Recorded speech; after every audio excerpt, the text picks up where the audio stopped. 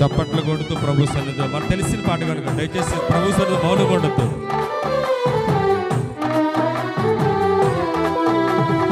ఆశ్రయమా ఆధారమా నీవే నా యేసయ్యా, నా దుర్గమా నా శైలమా నీవే నా యేసయ్యా.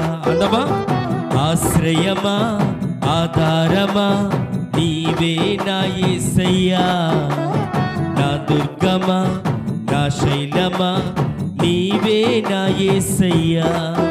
నిన్ను విడచి నేనుండలేను, క్షణమైనా నే బ్రతుకలేను అన్నాం.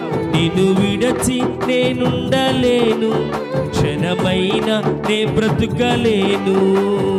ఆశ్రయమా ఆధారమా నీవే నా యేసయ్యా, నా దుర్గమా నా శైలమా నీవే నా యేసయ్యా. నిజమే, మన జీవితంలో ఆశ్రయం ఆయనే, ఆధారం నిజంగా ఆయనే నిజంగా ఆధారంగా మనకి లేకపోతే మనం ఈరోజు ఉండేవారమే కాదు. కనుక హృదయపూర్వక ఆరాధన చేయడానికి ఇష్టపడతాం. మన కష్టకాలాల్లో కృంగిపోతున్న సమయాల్లో ఆయన చూపించిన కృపను జ్ఞాపకం చేసుకుందాం.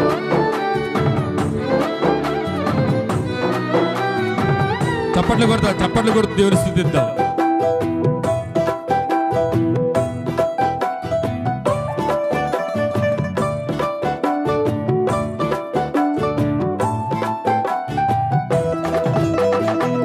కష్టకాలములు నన్ను కృంగదీసినను, అరణ్య రోదనలు నన్ను ఆవరించినను. కష్టకాలములు నన్ను కృంగదీసినను, అరణ్య రోదనలు నన్ను ఆవరించినను. నా వెంటే నీ ఉండినావు, నీ కృపను చూపించినావు. నా వెంటే నీ ఉండినావు, నీ కృపను చూపించినావు. ఆశ్రయమా ఆధారమా నీవే నా యేసయ్యా, నా దుర్గమా నా శైలమా నీవే నా యేసయ్యా.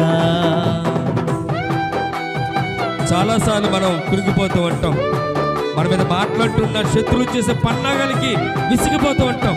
అలాంటి సందర్భంలో మన వెంట ఉండేవాడు మన ప్రభు అయిన యేసు. కనుక మనం హృదయపూర్వకంగా మనసారా నోరారా ఆయన స్తుతించడానికి ఇష్టపడదాం.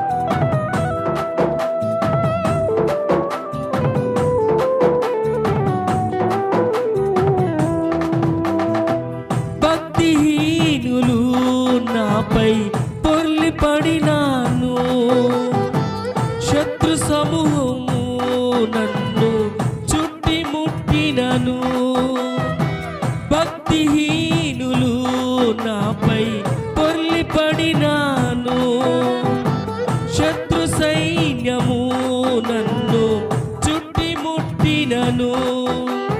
నా వెంటే నీ ఉండినావు, కాపాడి రక్షించినావు. నా వెంటే నీ ఉండినావు, కాపాడి రక్షించినావు. ఆశ్రయమా ఆధారమా నీవే నా యేసయ్యా, నా దుర్గమా నా శైలమా నీవే నా యేసయ్యా. ఇప్పుడే ధనంజయ్ గారు సాక్ష్యం ఎన్నో మరణ పాశలు మనం చుట్టుకున్నప్పుడు నిజంగా ఆ బంధకాలు తప్పించి వారు ఎవరు ఉన్నారంటే అది ప్రభు అయిన యేసు. దాన్ని గమనించాలి, దాన్ని గుర్తించాలి. అందుకొరకు ప్రభుకు హృదయపూర్వకంగా స్తుతించడానికి మనం ఇష్టపడాలి.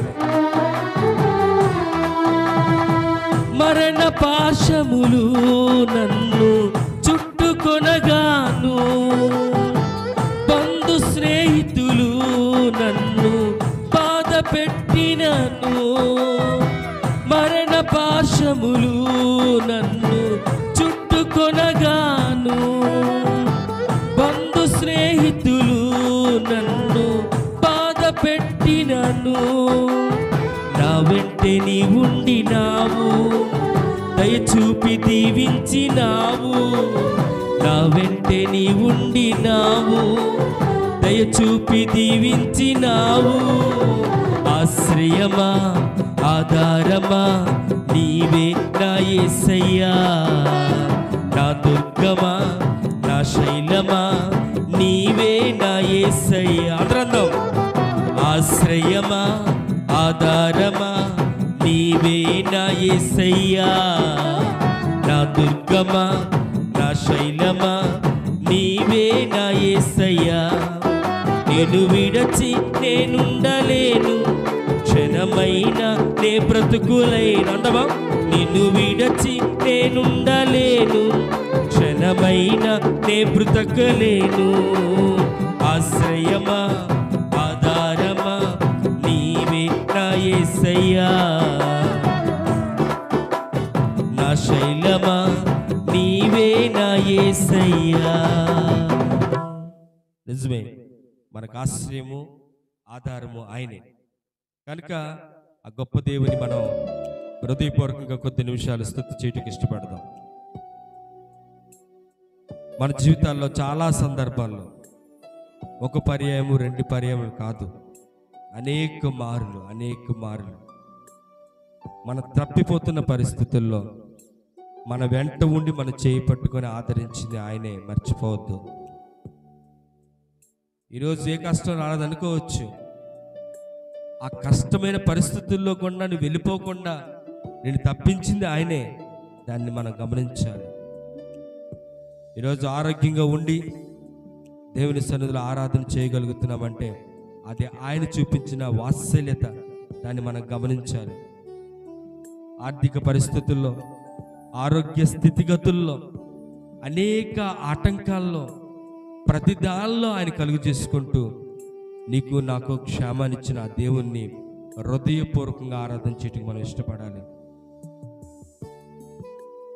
మన హృదయంలో ఆయనకు ప్రశస్తమైన స్థానాన్ని మనం ఇవ్వగలగాలి. ఈ లోక బంధకాలను మనం విడిచిపెట్టాలి. ఆయనకు దగ్గరగా చేరుగున్నప్పుడు దేవుడు మన జీవితాల్లో కలుగు చేసుకుంటారు.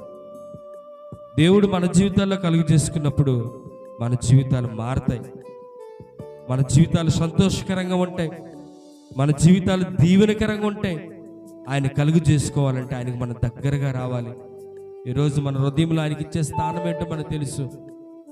ఇప్పటికైనా తక్కువ స్థానం ఇస్తున్నామేమో. ప్రభువుని మన జీవితాల్లో, మన హృదయాల్లోకి ఆహ్వానించాలి. మనకు ఆధారం ఆశ్రయం ఆయనే, ఆయన తప్ప ఇంకెవరు లేరు ప్రియులారా. బహుశా నువ్వు అనుకోవచ్చు, నా చుట్టూ చాలా మంది ఉన్నారు, వీరెవ్వరూ నీ ఆపదలు నీకు అక్కరకు రారు, నువ్వు ఒంటరి వాడు అయిపోతావు. కానీ ఏ పరిస్థితుల్లో నీ వెంట ఉండి నిన్ను కాపాడేది, సంరక్షించేది, నిన్ను కనికరించేది, నీ ఎడల జాలిపడినది ఆ ప్రభువుని యేసుని మనం గమనించగలగాలి.